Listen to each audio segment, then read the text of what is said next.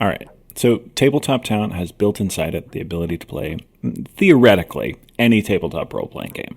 There's a couple of things missing to be able to do like all that right now, like a deck of cards or a miniatures painting simulator. But for everything else, here's how it works. So this is a piece, like a piece of a story, or like a spell book, or like a clue about who murdered Mr. Kentworth, or like a strength stat. All the little details to be able to make a story interesting. Pieces are flexible. They have text and numbers and images and buttons and rolls and trackers for hit points and how much time is left until the moon falls on your comrades. Pieces go into little boxes called sections. A bunch of pieces put together in a section can tell a bit of a larger story. So this tavern has pieces about what it looks like inside, what the drink menu is shaping up to be, and what kind of quests might be available for curious adventurers. And this section is our bartender. The adventurers won't see Hobart that often, but it's good to put a name to a face. Our adventurers have their own sections, too, with a list of skills and collections of tools and weapons. Book nerds might recognize these kinds of, sections as something about the size of the part of a book in between those often used diamond-shaped paragraph breaks. Now, these adventurers can't just stay at the tavern for brunch all day, though. It wouldn't be a super fun game. There's an adventure to go on.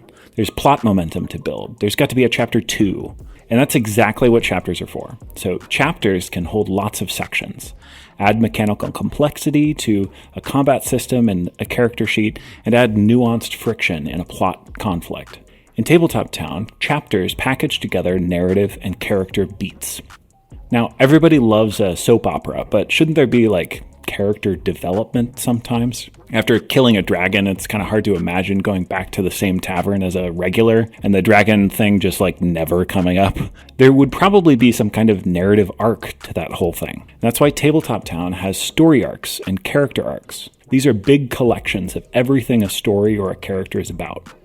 So in this Pathfinder game, this character Sam has an arc that holds together all the character sheet stats plus all the notes they need to keep track of in the game. Meanwhile, the Game Master has their own story arc with pieces and sections and chapters and key narrative moments and treasure and even an extra character arc for everybody's favorite NPCs that keep coming back for adventures. And that's it.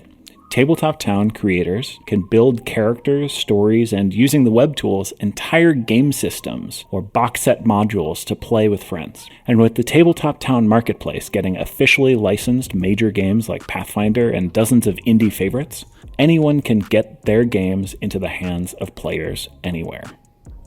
There's one last thing. Everything can be changed. Mix and match game mechanics, add homebrew rules straight into an OGL Dungeons & Dragons, make a hack of your favorite game with your own genre and setting. Import a favorite monster from a completely different campaign right as players are rolling for initiative. Edit, import, and remix anything at any time.